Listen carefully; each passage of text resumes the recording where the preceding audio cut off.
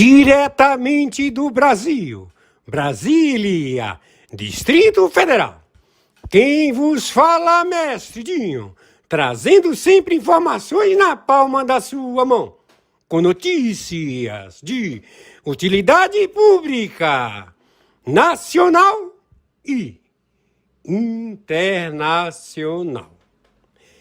O mestre Dinho, eu quero aqui, antes de iniciar esta live, eu quero falar sobre o Pix do juiz Oscar Aníbal Chapman. Pix, Oscar Aníbal Chapman, @gmail.com. Repito, Oscar Aníbal Chapman, @gmail.com.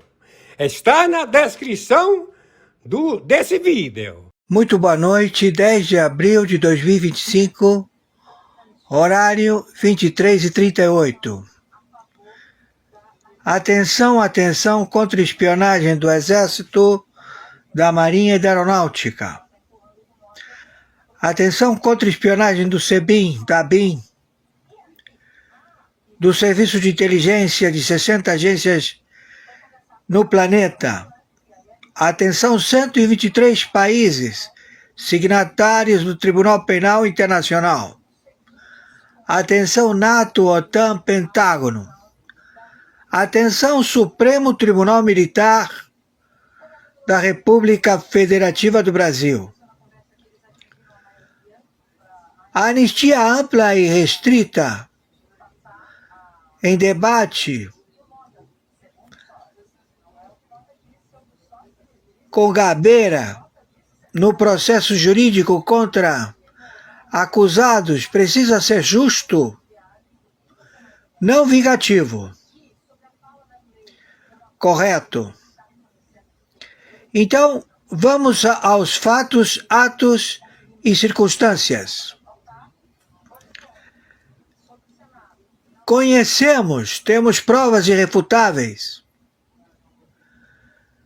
das atividades do desgoverno da Orcrim Foro de São Paulo no processo ilegítimo que uma fraude política empossou um indivíduo, Moacir, no óbito do senhor Luiz Inácio Lula da Silva, falecido, onde a emissora de televisão, Rede Globo, está envolvida, conjuntamente com a máfia italiana, conjuntamente com a administração Biden, Obama e George Bush, com o financiamento da USAID e a central da CIA, à época. Todo este procedimento, ele foi monitorado pelas próprias autoridades que financiaram o evento, porque é função deles proceder com as provas que não podem ser destruídas, já que elas são provas, fatos, atos e circunstâncias de administração, de conluio e procedimento arquivo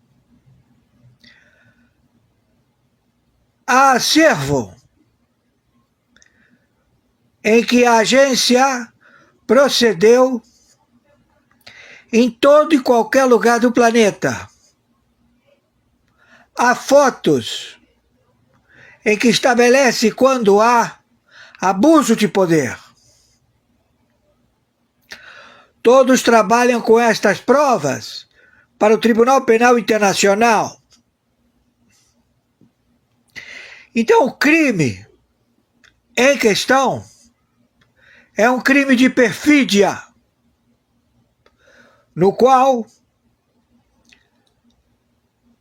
o Gabeira se referiu muito bem a caconormal, ou seja, a caconofobia, ou seja, a caconofia, ou seja, o termo que a Natuza Leão, a Natuza, boa noite Natuza, colega de oração, nos reuníamos a orar o terço. Então, senhora Natuza, a cacofania que se refere o senhor Gabeira é quando é lido um texto e não agrada o que está se debatendo. A anistia ampla e restrita, ela é uma possibilidade a que não haja a investigação de fatos, atos e circunstâncias que projetam o Moacir, vulgo Luiz Inácio Lula da Silva, a um procedimento em querer legitimar um plágio, um estelionato político eleitoral, já que o mesmo Luiz Inácio Lula da Silva, ele é óbito. Ele não quer fazer os exames datiloscópicos. Ele hoje mesmo na CELAC, ele apareceu com os olhos verdes, de frente para as câmeras do Planeta, onde Maduro solicitou aos presentes que se insuflassem a protegê-lo, já que ele, neste momento, está sofrendo o cerceamento das tropas que vão extrair ele do lugar. Entendeu? Essa é a situação. Então, o problema é muito sério. Muito sério. Nós estamos para proteger e trazer a verdade a todos estes fatos relatados mundialmente, aonde foi antecipada a posse do sósia do ator Moacir no lugar do óbito Lula, onde a Rede Globo de televisão, onde a própria Natuza e vários âncoras estiveram no Planalto, chamaram o chaveiro para abrir as dependências do Palácio de Governo e estabelecer uma posse antecipada, onde foi feito uma assinatura apócrifa em livro tombo, que confere que a assinatura no parlamento não confere com Luiz Inácio Lula da Silva, já que ele é óbito. Quem assinou por ele foi o Moacir. Isto são provas irrefutáveis, como também todo o corpo militar que operou nos eventos em Brasília, onde foi feita uma coreografia de extras, atores, como se fosse um filme de ficção, em levante na Polícia Federal, em destruição de ônibus, em tentativa de descontentamento E isso tudo noturno. E tudo isto foi para querer justificar a prisão de um líder indígena, que ele foi perguntar onde estavam os votos da sua tribo, já que foram manipulados. E aí começou a repressão. Então, nós temos que levantar o GSI, temos que levantar onde se encontravam cada personagem envolvido nesta trama,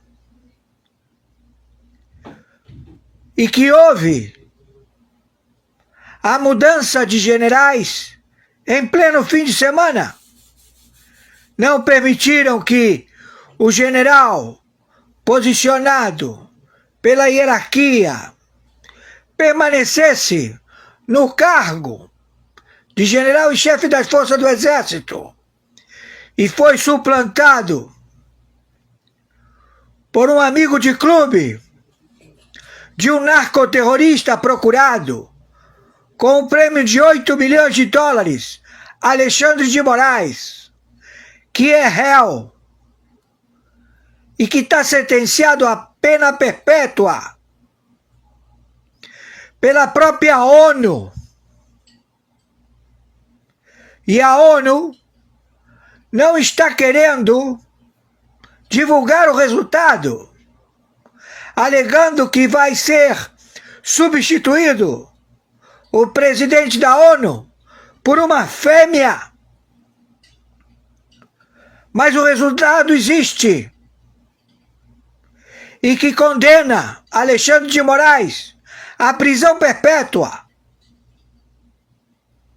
Então, todos estes fatos, atos e circunstâncias são provas irrefutáveis que nenhum capricho de nenhuma corte vai poder se impor através do enforcement. Não há condição. Então, Mota, o senador também presidente da Câmara do Senado, o posicionamento de vocês em obstrução a colocar em pauta o desejo do povo leva a uma desobediência civil muito mais perigosa do que o descontentamento popular que sindicato do Partido dos Trabalhadores, em hora marcada, chegou a Brasília com os ônibus e foram imediatamente para a esplanada dos ministérios. Fato, ato e circunstância comprovado. E lá fizeram quebra-quebra. Já havia elementos dentro das dependências do Supremo Tribunal Federal, quando ainda não havia nenhum descontento nas praças dos três poderes. Eles já se encontravam dentro do Supremo Tribunal Federal e procederam, como também no Planalto, a se arquitetar e destruir imóveis. Tudo isto com provas irrefutáveis, porque a própria agência, à época, patrocinando a USAID, patrocinando o Biden, patrocinando o Obama, patrocinando o George Bush para que eles cometessem o maior default dos EUAs, onde tiraram dinheiro da boca das crianças e do povo carente dos Estados Unidos da América, colocando piquetes do Black Hawk, colocando piquetes em toda a infraestrutura, a adquirir mais capital através da balbúrdia popular. O estelionato não foi só na América do Sul e nos Estados Unidos da América, foi na Europa, nas eleições fraudulentas, patrocinados pela USAID, patrocinados pelo Obama, pelo Biden e pelo George Bush. Tudo com provas irrefutáveis. Então, quanto mais está sendo visto este procedimento e a demora, já revela uma intervenção da Quarta Frota americana em se estabelecer no Brasil, a libertar o povo sequestrado pela China, pelo Irã, pela Turquia, pelo Hamas, pelo Hezbollah, pelo Estado Islâmico, pelos dragões do Irã, pelos russos, pelos cubanos. E todos sabem e veem o posicionamento que ele é baluarte do marketing, alegando que são eles, confessando que eles estão procedendo no território da República Federativa do Brasil e em 17 países estabelecidos para o narcotráfico e o envenenamento através da inoculação de injeções da morte. Isto são fatos, atos e circunstâncias. E isto é um crime de perfídia. Então, entenda, senhora presidente do Supremo Tribunal Militar, o autogolpe realizado pelo general em chefe encarregado da defesa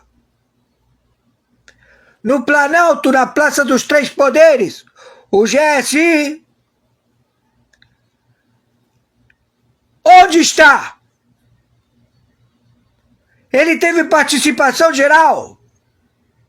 Não só ele como corpo militar do Exército, da Marinha e da Aeronáutica,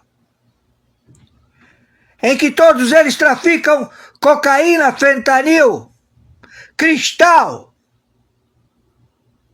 São o braço armado de assaltos a bancos. É uma estrutura paramilitar. Não ficará pedra sobre pedra.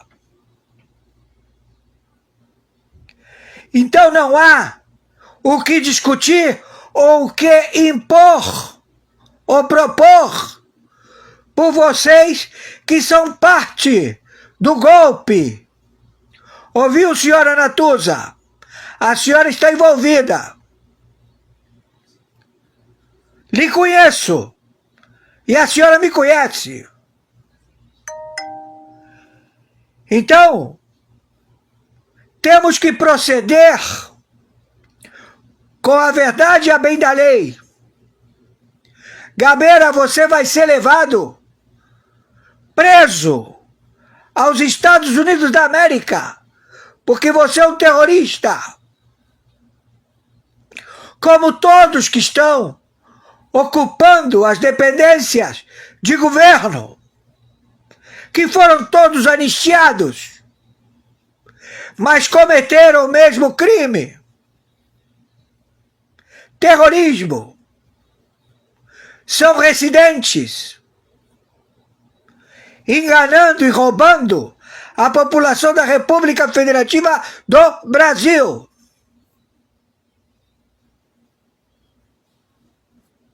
E isto tudo por uma vaidade de um haram conhecido como Khamenei, mentiroso. Ele alega que é descendente direto de Mohammed. Mohammed teve só um filho e eles os mataram. E teve filhas.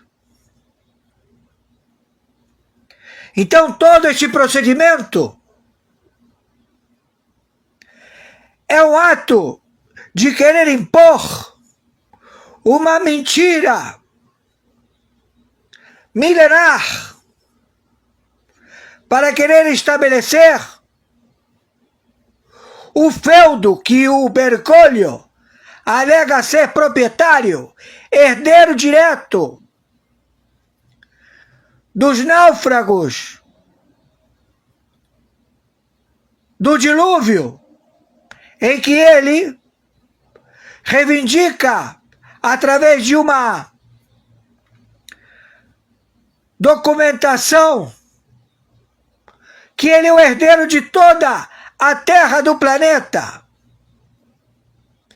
E que, claro, qualquer cidadão nascido em qualquer lugar do mundo pode reivindicar esse mesmo pedido lavrado em cartório, mas tem que ser no momento do seu nascimento, até meses de vida como proprietário da terra. Então essa encíclica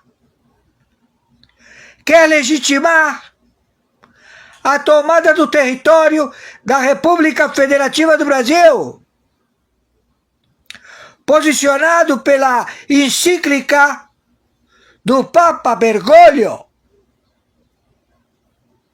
conjuntamente com as forças de realeza da Inglaterra, da Holanda, todos narcoterroristas, em tomar posse do território da República Federativa do Brasil, engajados em direitos e deveres.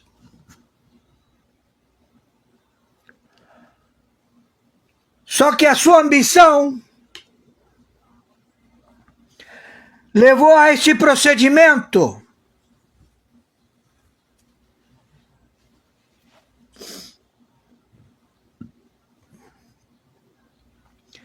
que coloca todos vocês como réus, terroristas a serem abatidos. Então, não podemos esperar mais, porque eles vão proceder em soltar as bombas atômicas contra o Brasil, para que sirva de exemplo e eles possam ter uma nova oportunidade em querer reivindicar um direito não real, uma nova tentativa de algum sobrevivente. Não podemos permitir. Quem está falando é o senhor Oscar Aníbal Chapano, árbitro. Arbitragem internacional, justiça particular, justiça paga.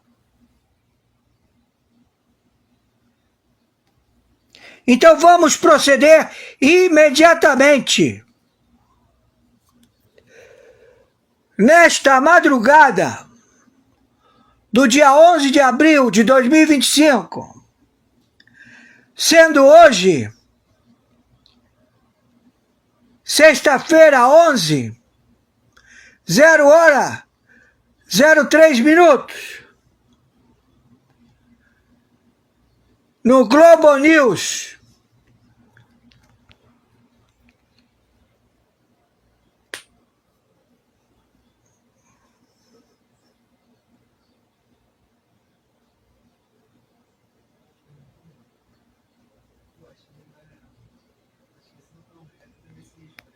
todos identificados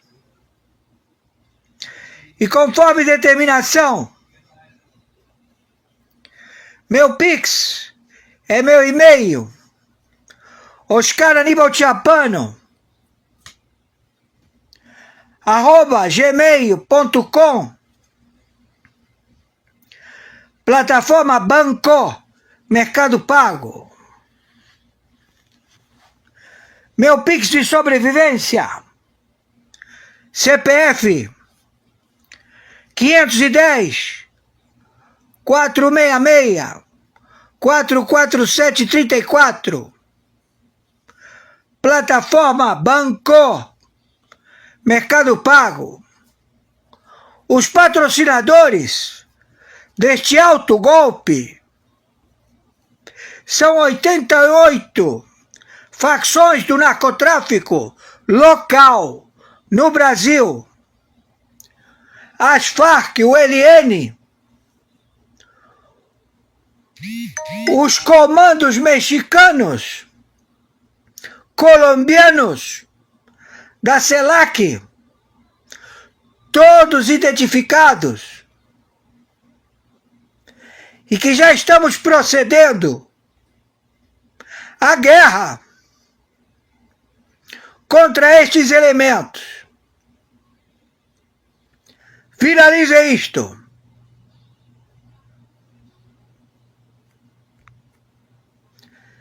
Okay, sir, thank you. Sir? Okay, sir, thank you.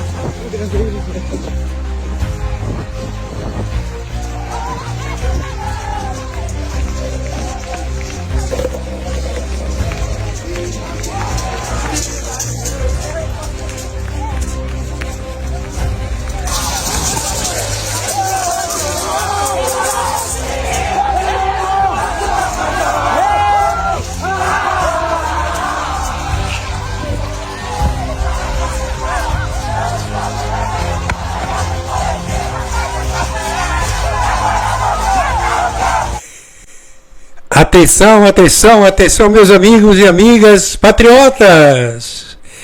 Atenção, atenção, juiz Oscar Aníbal Chapin. Quem vos fala, mestre Dinho? O que é que está acontecendo em Brasília?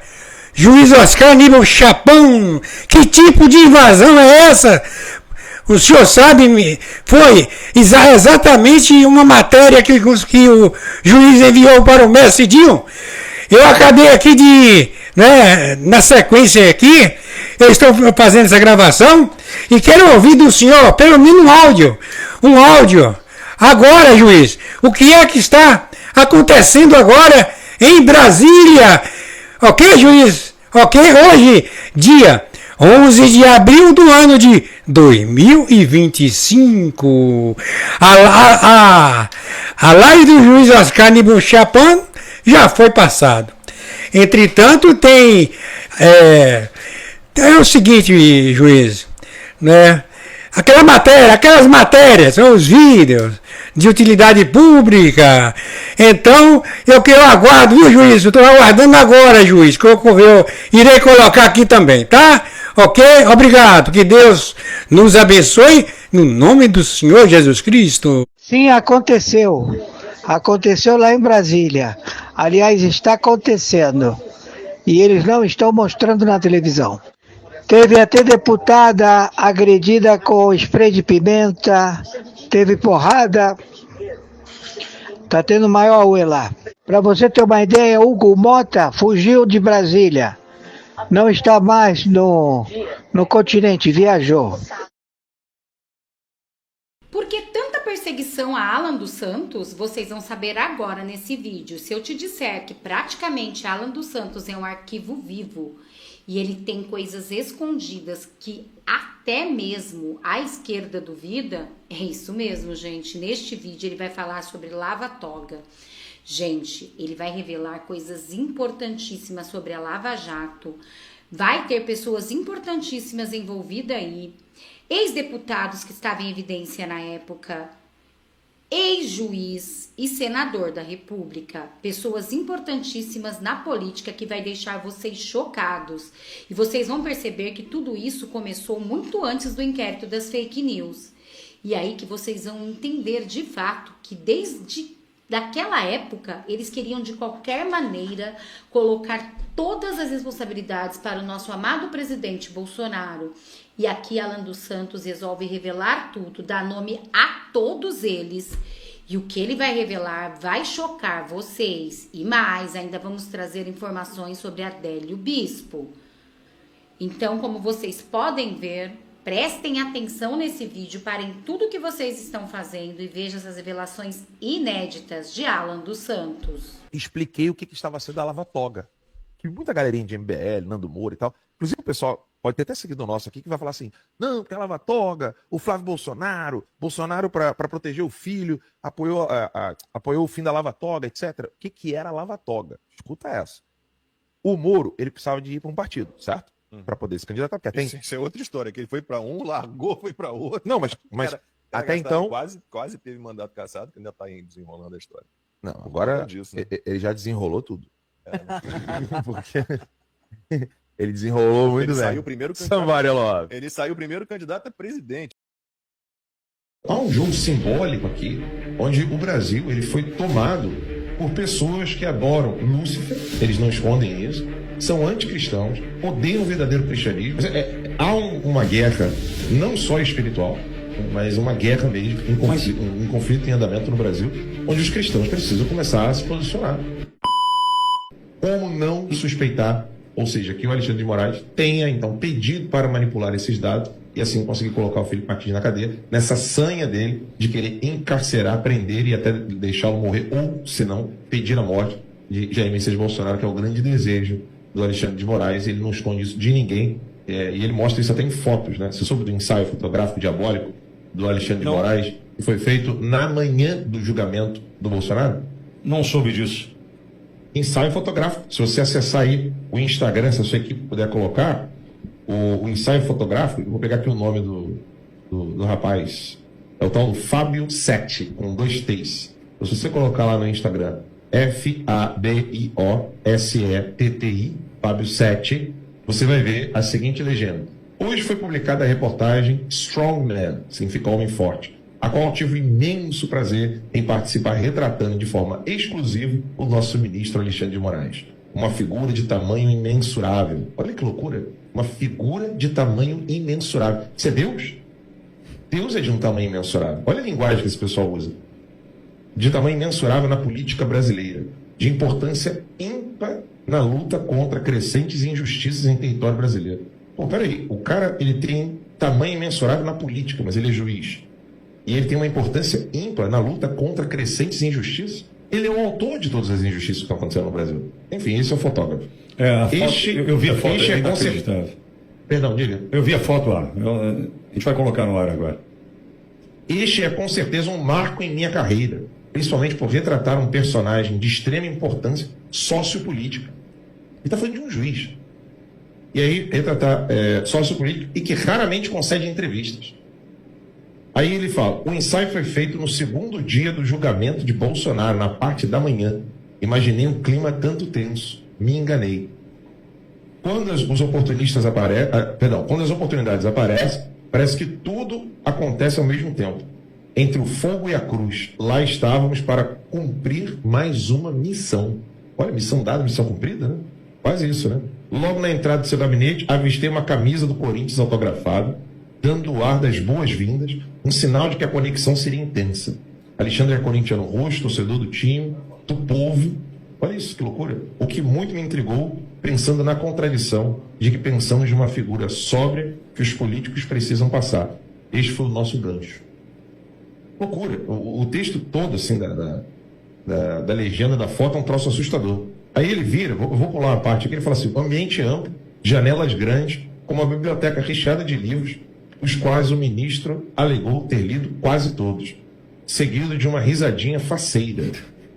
Imagens religiosas como de alguns orixás, e por aí vai. Essa é a imagem que esse tal de Felipe Sete aí... Fábio Sete. Quis retratar... Fábio. Não. É Fábio Sete, quis retratar aí, no dia do julgamento do Bolsonaro. Há um jogo simbólico aqui, onde o Brasil ele foi tomado por pessoas que adoram Lúcifer, eles não escondem isso, são anticristãos, odeiam o verdadeiro cristianismo. Basta ver a postura desse pessoal com relação ao Frei Gilson e como é que eles tratam o Lancelotti. Isso é evidente. A maneira como eles tratam a Michelle e a maneira como eles tratam a ex-prostituta Janja. A maneira como eles tratam o ministro Alexandre de Moraes e a maneira como eles tratam, por exemplo, uma juíza como a Ludmila Lins Grilo ou o Sebastião Coelho, que é um homem piedosíssimo, cristão e juiz. Mas há uma guerra, não só espiritual, mas uma guerra mesmo, um conflito em andamento no Brasil, onde os cristãos precisam começar a se posicionar.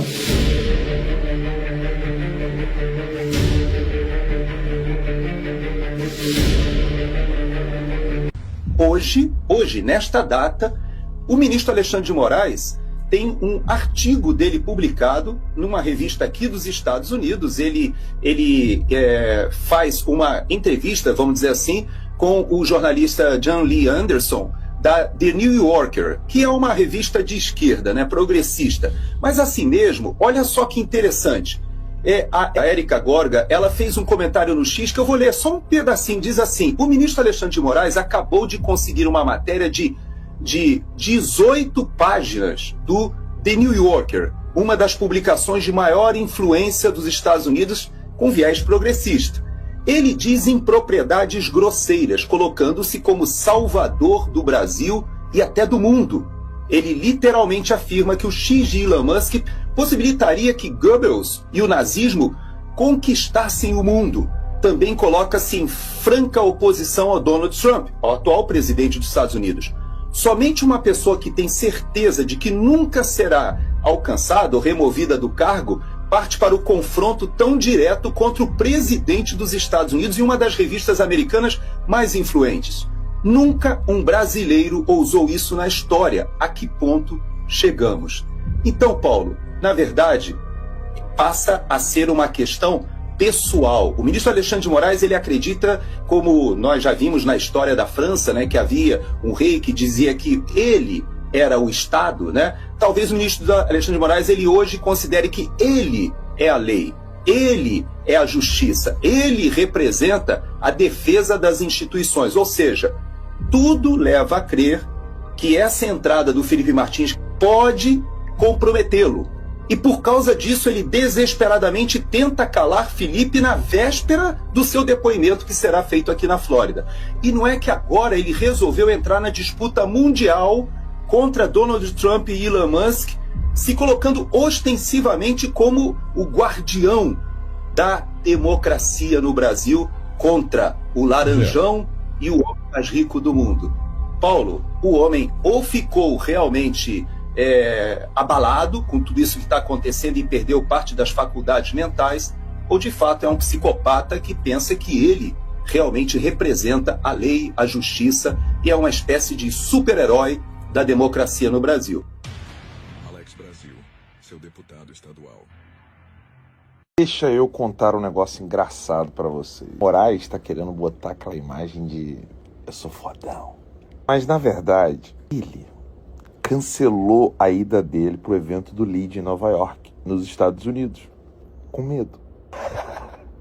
Esse cara acho que é super corajoso. Ele teve a cara de pau de dar entrevista para um tabloide nos Estados Unidos. Sim, tabloide, um jornal desse tamanho. Como se ele estivesse dando entrevista assim, tipo pro The New York Times. O New York Times, eu não sei se vocês sabem, chamou o Alexandre de Moraes de ditador. E aí, para aquele tabloide, aquele pequenininho, ele meteu o louco e disse, não, só se um porta-aviões do Trump parar no Lago Paranoá, aí sim eu vou repensar as minhas decisões. Ah, qual é, mano? Ele meteu esse caô, cara. Só que, em Nova York, ele não pisa. Em Nova York, ele não vai. Eu só tenho um pedido a fazer. Vem pra Nova York, Moraes.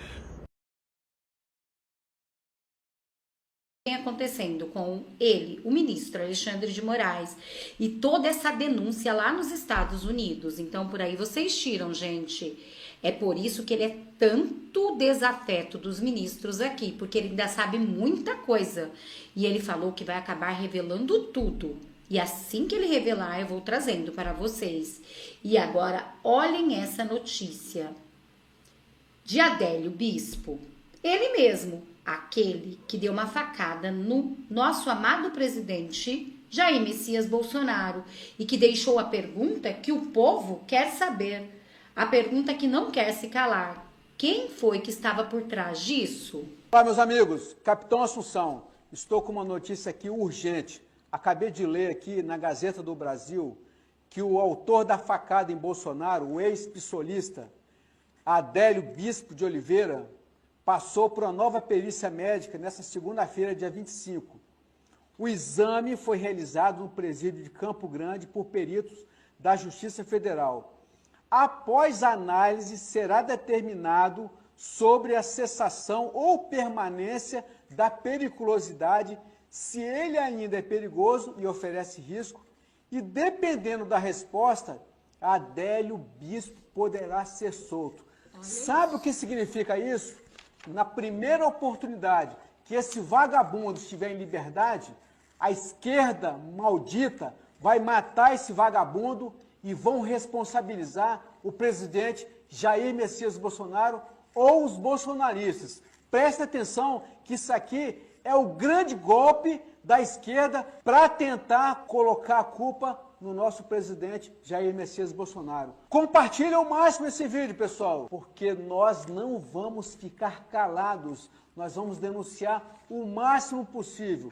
Vou repetir mais uma vez, na hora que soltar Adélio Bispo, a esquerda vai matá-lo e vão responsabilizar os bolsonaristas e o presidente Jair Messias Bolsonaro. Estamos juntos. É bem isso, gente. Aqui o capitão Assunção tem toda a razão. Como vocês viram que disse Alan dos Santos, tudo eles jogam para Bolsonaro. E com certeza, se isso realmente acontecer que tá falando o capitão, eles vão colocar a culpa em Bolsonaro, como eles tentaram fazer com Marielle. Mas graças a Deus a verdade veio à tona. Conhecereis a verdade e a verdade vos libertará. Ele diz que não há pertinência, lembrando que houve a inversão do ônus da prova. O Felipe Martins produziu provas, sendo que não havia nada contra ele. A acusação era que teria viajado ao exterior, como se isso fosse crime, e ele provou que não viajou. Ele produziu documentação farta, não só da geolocalização dele, mas até de transporte de Uber, comprovante de que foi a uma lanchonete. O Felipe provou tudo, de que não tinha saído do país. Agora, Paula, você fala kafkiano, de fato é, mas eu achava, até um dado momento da história do Felipe Martins, inclusive quando ele foi preso, ele passou 6 meses preso e hoje está preso a uma tornozeleira eletrônica, que se tratava de um caso de maldade. Hoje, eu acho que extrapola. Hoje eu acho que se trata de medo. O gabinete do ministro Alexandre de Moraes e a Polícia Federal que atende a esse gabinete, eles estão com medo. Porque há uma investigação em curso nos Estados Unidos. Nós noticiamos isso, entrevistamos uma das advogadas do Felipe Martins que mora nos Estados Unidos, a Ana Bárbara, aqui em OS Sem Filtro ontem, e ela trouxe com toda clareza, lucidez, ponto a ponto do que é que o Felipe está passando. Tudo que o Felipe passou nesse período, cronologicamente, como é que funciona a questão do visto, como foi introduzido o nome, os erros, por exemplo, o Felipe em vez de Filipe. Ela apresentou toda a documentação. Então, o que é que o ministro Alexandre de Moraes, seus auxiliares, a Polícia Federal, que também o auxilia, do que é que se trata? Do que é que a gente está falando para resumir aqui? Eles estão com medo que seja descoberta uma fraude. É disso que se trata. Houve uma fraude. A advogada falou isso com todas as letras. Eu estou repetindo o que ela disse. E ela é especialista nisso. Ela está em contato com autoridades de Orlando, sobretudo, mas também esteve com autoridades de Nova York. E nos Estados Unidos, a justiça não é igual à justiça brasileira. Lá funciona. Lá é de verdade. Lá também existe o FBI. Então, esse é o ponto. Paula, esse é o ponto. Eles estão com muito medo que a fraude seja revelada. E a má notícia para eles é que ela será revelada. É assim que tem que ser, gente. A gente tem que sempre conhecer a verdade. E é por isso que eu quero que você fique aqui comigo nesse canal, porque aqui nós trazemos a verdade que a mídia não mostra. Muito obrigada a todos. Só não esquece de compartilhar, de curtir, de comentar. E também quero fazer um convite muito especial a cada um de vocês. Se vocês são de direita, apoiador do presidente Bolsonaro, mas ainda não é inscrito aqui nesse canal, eu te convido a se inscrever nesse canal e vir fazer parte dessa família de direita, você também. Faça como Antônio Carlos e vem fazer parte da nossa família de direita, que aqui você vai ser sempre muito bem-vindo e vai ficar muito bem informado. Olá, amigos. Hoje falaremos sobre um acontecimento impressionante. A data é 9 de abril de 2025 e a agenda mundial é mais uma vez sacudida pela tensão entre os Estados Unidos e a Venezuela. Forças especiais americanas capturaram um dos homens mais próximos do presidente venezuelano Nicolás Maduro, o comandante das forças terrestres, em uma operação impressionante em Honduras. Essa ação parece ter saído diretamente de um filme de Hollywood, com jatos de combate, espionagem, forças especiais emboscando no aeroporto e um recado claro dos Estados Unidos: vamos acabar com esse jogo. Então, como essa operação ocorreu e quem é esse comandante capturado? Tudo começou há algumas semanas, quando a inteligência americana interceptou informações vindas da Venezuela. Segundo a CIA, o general Héctor Álvares, comandante das forças terrestres de Maduro, iria viajar ao México em uma missão secreta. Mas qual era o verdadeiro objetivo de Álvares? Álvares supostamente pretendia fechar um acordo militar sigiloso com o governo mexicano para fornecer à Venezuela novas armas e apoio logístico. Isso poderia ter sido um movimento decisivo na tentativa de sobrevivência do regime de Maduro. Mas foi aí que entrou em cena o olhar afiado dos Estados Unidos. A CIA passou a seguir cada passo de Álvares. Satélites, escutas telefônicas e relatórios de agentes foram reunidos como um quebra-cabeça.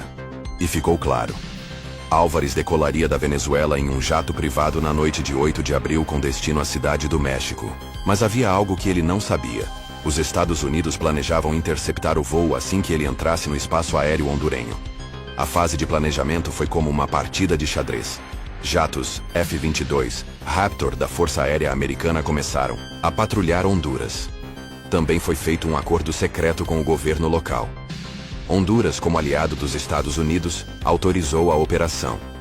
O avião de Álvares entrou no espaço aéreo hondurenho cerca de 2 horas após a decolagem. Foi então que os jatos americanos agiram. Os F-22 ordenaram por rádio que a aeronave aterrissasse imediatamente no aeroporto de Tegucigalpa, sob ameaça de ser abatida. O pânico tomou conta do avião. Os pilotos tentaram resistir, mas a mira de míssil nos F-22 acabou com qualquer hesitação.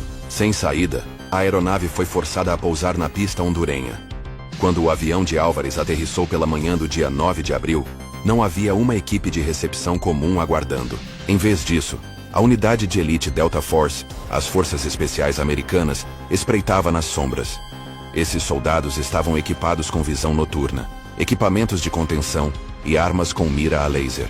Assim que o avião parou, eles forçaram as portas e lançaram bombas de gás para dentro. A operação foi tão rápida e perfeita que nem mesmo as forças hondurenhas puderam reagir. Álvares foi colocado imediatamente em um helicóptero Black Hawk e levado aos Estados Unidos, onde agora está sendo interrogado, provavelmente em uma base secreta na Flórida. Mas quem é esse homem e por que ele era tão importante? O general Héctor Álvares era uma das figuras mais confiáveis dentro do regime de Maduro. Com vasta experiência, era conhecido como um comandante duro e implacável. No comando das forças terrestres venezuelanas, teve papel essencial na repressão de revoltas internas e combate a ameaças externas. Álvares também é acusado de coordenar o tráfico de drogas, sob ordens de Maduro, especialmente na fronteira com a Colômbia. Os Estados Unidos o perseguiam há anos. Sua viagem ao México não era apenas um acordo militar, mas também uma tentativa de resgatar a economia colapsada da Venezuela. Com armamento e suporte logístico mexicanos, Maduro poderia reforçar seu poder interno e externo. No entanto, a captura de Álvares arruinou completamente esse plano. Segundo fontes de inteligência, ele possui toneladas de informações sobre as operações militares secretas da Venezuela. Se essas informações forem reveladas aos Estados Unidos durante o interrogatório, o regime de Maduro pode entrar em colapso. Por que os Estados Unidos arriscaram tanto em uma operação desse porte? A resposta é direta: encurralar a Venezuela e enviar um recado a Maduro. Você não tem mais para onde correr. O sucesso da operação foi comemorado em Washington. O presidente americano Donald Trump declarou na Casa Branca: isto prova mais uma vez o poder dos Estados Unidos. Digo a Maduro e sua gangue: não mexam conosco, pois não podem vencer. Trump estava sorridente. Para ele, a missão representa uma vitória interna e externa. Em seu segundo mandato iniciado em 2025, Trump manteve sua postura dura contra a Venezuela. A prisão de Álvares fortalece seu discurso de fazer a América grande de novo. Além disso, esse evento também foi um alerta para os demais países da América Latina. Vocês não escapam do radar americano. Do lado venezuelano, a reação foi de fúria. As primeiras declarações em Caracas classificaram a operação como pirataria e violação do direito internacional. Espera-se que Maduro se pronuncie hoje ou amanhã. O fato é que a captura de Álvares representa um duro golpe contra o regime. A operação em Honduras vai além da prisão de um homem. É um recado geopolítico. Os Estados Unidos mostram que ainda controlam a influência na América Latina. Mas essa história está longe do fim. Qual será o próximo passo? Vamos à próxima notícia. Relatórios de inteligência indicam a presença de soldados russos na capital venezuelana, Caracas. Forças especiais enviadas pela Rússia estariam integradas a unidades militares locais. As marcas nos uniformes confirmam. São das tropas de elite do Kremlin. Essa informação provocou um terremoto em Washington. Os Estados Unidos reagiram com força, declarando: isto é uma linha vermelha. Mas o que exatamente esses soldados estão fazendo em solo venezuelano? Segundo a CIA e o Pentágono, eles pertencem às Spetsnaz, unidade de elite russa. O número exato é incerto, mas estimativas variam entre 50 e 100. A missão deles é um mistério.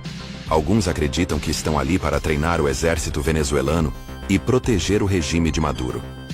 Outros veem um cenário mais sombrio. Será que a Rússia está usando a Venezuela como base de manobra estratégica contra os Estados Unidos? O movimento não é coincidência. A Rússia tem sido um dos principais pilares de apoio ao regime de Maduro há anos, mantendo-o com acordos petrolíferos, vendas de armas e ajuda econômica. Porém, enviar tropas muda completamente o jogo. Ainda não houve pronunciamento oficial do Kremlin, mas o silêncio também é um recado. Como os Estados Unidos responderam? A presença militar russa na Venezuela provocou fortes ondas em Washington. O Departamento de Defesa afirmou imediatamente: presença russa aqui é uma ameaça direta à segurança nacional americana. O porta-voz do Pentágono foi categórico, mas não pararam nas palavras. Poucas horas após a confirmação da inteligência, a Marinha Americana intensificou sua presença no Caribe. O porta-aviões USS Gerald Ford, junto a destroyers e submarinos, dirigiu-se à região. Aviões de reconhecimento, partindo da Flórida, começaram a patrulhar a costa venezuelana. É demonstração de força ou preparação para a guerra? Ainda não está claro. Trump também não se calou. Segundo fontes da Casa Branca, ele afirmou em reunião privada: a Rússia não brincará no nosso quintal. Não vamos permitir. Trump já mantinha uma política agressiva contra a Venezuela, mas esse episódio pode tensionar tudo ainda mais. A tensão aumentou também no Congresso americano. Alguns senadores propuseram novas sanções contra a Rússia, enquanto outros sugeriram intervenção militar direta. Por que reação tão intensa? Porque a Venezuela está praticamente na porta dos Estados Unidos. Desde a doutrina Monroe, os Estados Unidos consideram a América Latina sua esfera de influência. A presença militar russa desafia diretamente essa lógica, lembrando os tempos da Guerra Fria. Agora, a pergunta: por que a Rússia enviaria tropas à Venezuela? Sem uma explicação oficial, especialistas apontam 3 teorias. A primeira é demonstração de força. Em meio à guerra, na Ucrânia, Moscou quer mostrar que ainda é uma potência. E a Venezuela é o palco ideal para isso. A segunda teoria é mais estratégica. Maduro está por um fio, com crise econômica, revoltas populares e instabilidade social. A Rússia não quer perder um aliado com petróleo abundante e posição geográfica privilegiada. As Spetsnaz podem ter sido enviadas para conter um possível golpe e manter Maduro no poder. A terceira teoria, a mais temida, é a instalação de uma base militar russa no Caribe. Uma base desse tipo seria um pesadelo para os Estados Unidos, com sistemas de mísseis, submarinos e guerra eletrônica. Tudo é possível, mas o risco para Moscou também é alto. A resposta americana pode ser mais dura do que o previsto. E o povo venezuelano está dividido. Alguns enxergam os soldados russos como salvadores, dada a dependência do regime por ajuda externa. Outros temem que o país se torne campo de uma guerra por procuração. Os protestos crescem nas ruas, mas as forças de Maduro mantêm o controle. Enquanto isso, países vizinhos observam com tensão. A Colômbia intensifica sua parceria com os Estados Unidos, enquanto Cuba permanece em silêncio. A Venezuela virou peça-chave, não só em seu próprio destino, mas no futuro de toda a região. Sim, amigos, a chegada de tropas russas à Venezuela e a forte resposta americana estão entre as maiores crises de 2025. Neste vídeo, foram revelados todos os detalhes, bastidores e possíveis consequências. Se gostou, curta o vídeo, inscreva-se no canal e ative o sininho. Até o próximo vídeo. Os escritórios na Casa Branca e no Pentágono estiveram agitados na última noite de quinta-feira. Uma notícia gerou muito alarde na América Central. Os Estados Unidos enviarão tropas militares para uma série de bases ao longo do Canal do Panamá nas próximas semanas, segundo um acordo conjunto entre Panamá e Estados Unidos, uma grande concessão ao presidente Donald Trump, enquanto ele busca restabelecer a influência sobre a importante hidrovia. O acordo, assinado por altas autoridades de segurança de ambos os países, permite que militares dos Estados Unidos sejam enviados a instalações controladas pelo Panamá para treinamento, exercícios e outras atividades não relacionadas. O acordo não chega a permitir que os Estados Unidos construam suas próprias bases permanentes na região, uma medida que seria profundamente impopular entre os panamenhos e juridicamente arriscada, mas dá aos Estados Unidos ampla margem de manobra para mobilizar um número não especificado de pessoal para bases, algumas das quais foram construídas por Washington quando ocupou a zona do canal décadas atrás. Donald Trump, desde que retornou ao poder em janeiro, tem afirmado repetidamente que a China tem uma influência sobre o canal, que movimenta cerca de 40% do tráfego de contêineres dos Estados Unidos e 5% do comércio mundial. Segundo os últimos acordos que foram firmados no passado, o Panamá se comprometeu a retomar o controle da hidrovia estratégica que os Estados Unidos financiaram, construíram e controlaram até 1999. O presidente Mulino esteve na última quinta-feira no Peru, onde revelou que os Estados Unidos pediram para ter bases próprias na região. Já Mulino disse que havia dito ao chefe do Pentágono, Pete Hegseth, que as bases americanas, permitidas por um projeto anterior, seriam inaceitáveis. Mulino alertou ao secretário de Defesa Hegseth sobre os perigos em anunciar ou tentar criar uma base militar no país, mesmo com os projetos anteriores aprovados. Abre aspas, se você quer criar uma confusão, o que colocamos aqui vai incendiar o país. Fecha aspas para Mulino. No diluído memorando de entendimento entre as partes, assinado por Hegseth e pelo chefe de segurança do Panamá, Frank Abrego, na quarta-feira, o Panamá obteve suas próprias concessões. Um ponto positivo do memorando entre as partes está no fim das narrativas e intenções de Donald Trump em reconquistar o canal do Panamá à força. Agora os Estados Unidos reconheceram a soberania do Panamá sobre o canal, o que não era garantido após a recusa de Trump em descartar uma invasão. E o Panamá manterá o controle sobre quaisquer instalações. Mas, dada a disposição de Trump de rasgar ou reescrever acordos, tratados e acordos comerciais com tropas no chão no Canal do Panamá, isso pode oferecer pouco conforto aos panamenhos preocupados. O país tem uma relação longa e difícil com os Estados Unidos. Eles têm laços culturais e econômicos estreitos, apesar da ocupação americana da zona do canal durante décadas e da invasão americana há 35 anos para derrubar o ditador Manuel Noriega. Essa invasão matou mais de 500 panamenhos e arrasou partes da capital. A promessa de Trump de retomar o canal e sua reivindicação de influência chinesa provocaram manifestações em massa. Por lei, o Panamá opera o Canal do Panamá, dando acesso a todas as nações.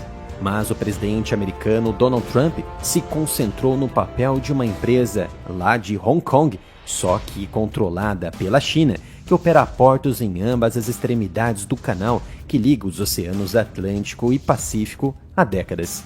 Sob pressão da Casa Branca, o Panamá acusou a Panama Ports Company, parte sob controle da China, de não cumprir suas obrigações contratuais e pressionou a empresa a sair do país. Os Estados Unidos têm agora a China como principal alvo a ser enfraquecido nos próximos 4 anos. E durante a histórica visita ao Canal do Panamá, o secretário de Defesa americano Pete Hegseth mandou um recado claro, curto e objetivo para a China. Abre aspas para Hegseth. Quero ser bem claro aqui. A China não construiu este canal. A China não opera este canal. E a China não irá armar este canal. Fecha aspas para Hegseth. To this end, the United States and Panama have done more in recent weeks to strengthen our defense and security cooperation than we have in decades. China-based companies continue to control critical infrastructure. This makes Panama and the United States less secure, less prosperous, and less sovereign. China did not build this canal.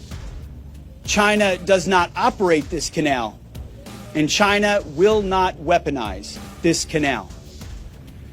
Together with Panama in the lead, we will keep the canal secure and available for all nations through the deterrent power of the strongest, most effective, and most lethal fighting force in the world.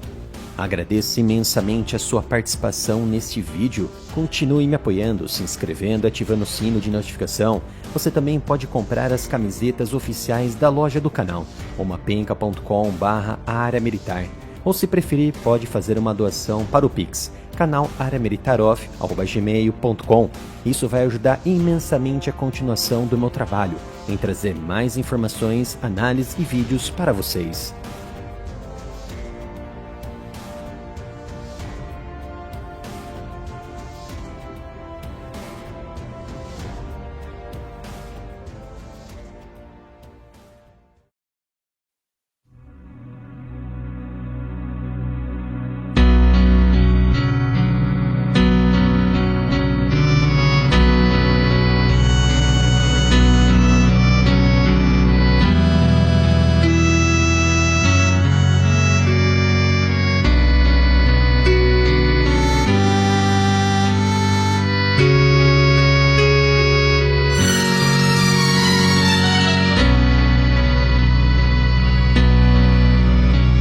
Pai nosso que estás nos céus, santificado seja o teu nome. Venha o teu reino, seja feita a tua vontade, assim na terra como no céu. O pão nosso de cada dia nos dá hoje. Perdoa-nos as nossas dívidas, assim como nós perdoamos aos nossos devedores.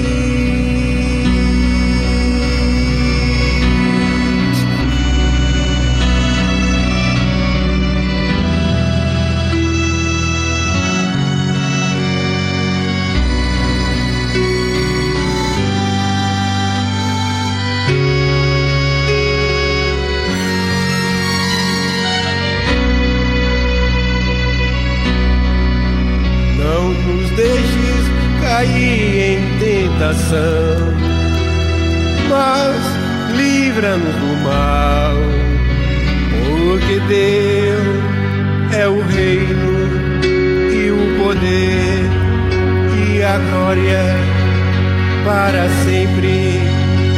Amém.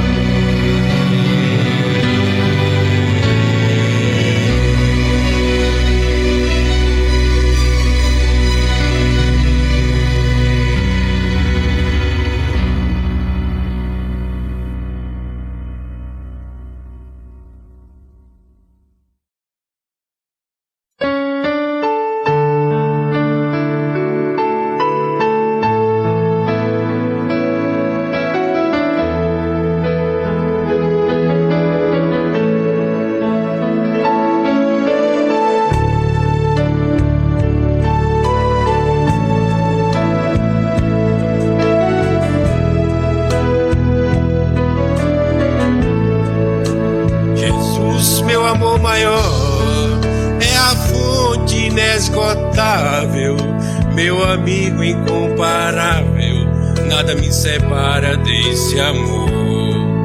Em tudo que me acontece, encontro o teu amor. Eu te amo ainda mais que a abelha ama a flor. Eu te amo ainda mais que a abelha ama a flor. Pois pra te adorar foi que eu nasci, e eu já entendi minha vida te entregar. Jesus, meu amor maior, é a fonte inesgotável, meu amigo incomparável, nada me separa desse amor. Em tudo que me acontece, encontro o teu amor. Eu te amo ainda mais que a abelha ama a flor. Eu te amo ainda mais que a abelha ama a flor. Pelo teu grande amor, que é tudo para mim, o meu amor maior, este amor que não tem fim. Jesus, meu amor maior, é a fonte inesgotável, meu amigo incomparável, nada me separa desse amor. Em tudo que me acontece, encontro o teu amor. Eu te amo ainda mais que a abelha ama a flor.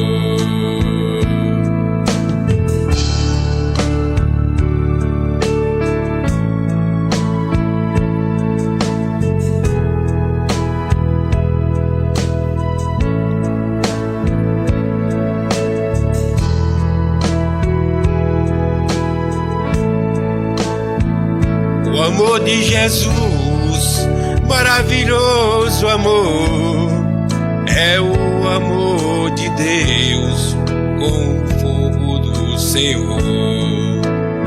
Jesus, meu amor maior, é a fonte inesgotável, meu amigo incomparável, nada me separa desse amor.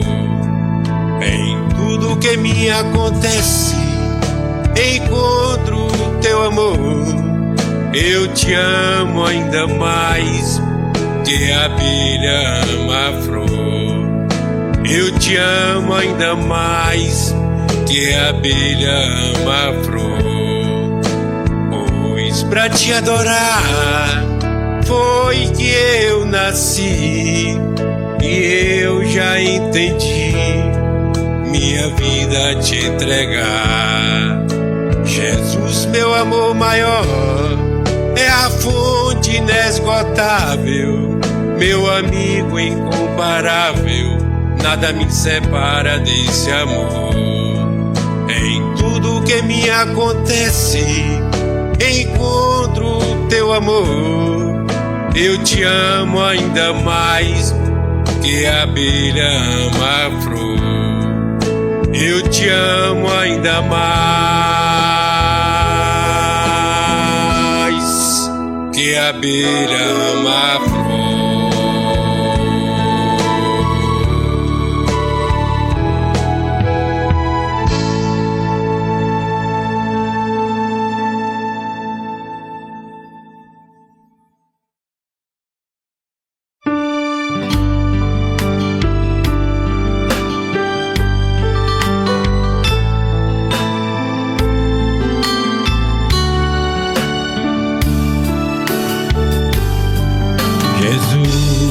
Meu rei, preciso de ti, te seguirei por onde quer que for, mais perto quero estar, sempre hei de suplicar, nos conflitos com o tentador, Jesus me fará vencedor, no nome do Senhor Jesus.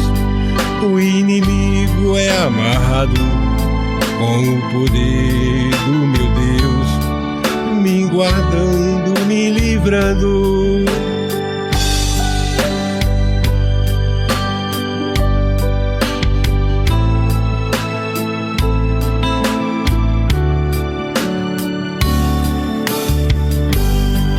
Jesus, meu rei, preciso de ti, te seguirei por onde quer que for, neste mundo sem razão, só Jesus é a solução, com toda a razão de ser, Jesus me fez renascer, nos momentos mais incertos, quando tenho algum problema, Jesus, amigo certo, renovando minha vida. Jesus, meu rei, preciso de ti, te seguirei por onde quer que for, neste mundo sem razão, só Jesus é a solução, com toda a razão de ser, Jesus me fez renascer.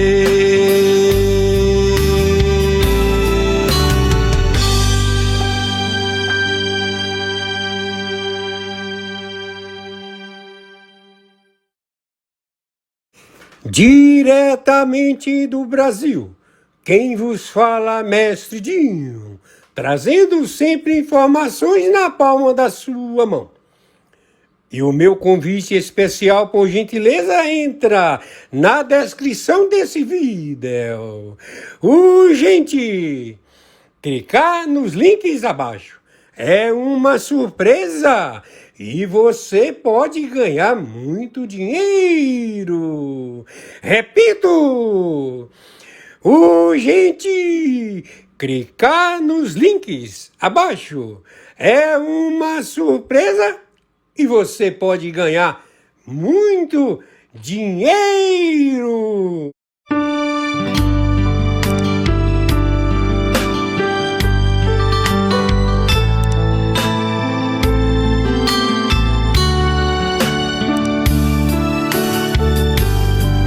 Jesus, meu rei, preciso de ti, te seguirei por onde quer que for, mais perto quero estar, sempre hei de suplicar, nos conflitos com o tentador, Jesus me fará vencedor, no nome do Senhor Jesus.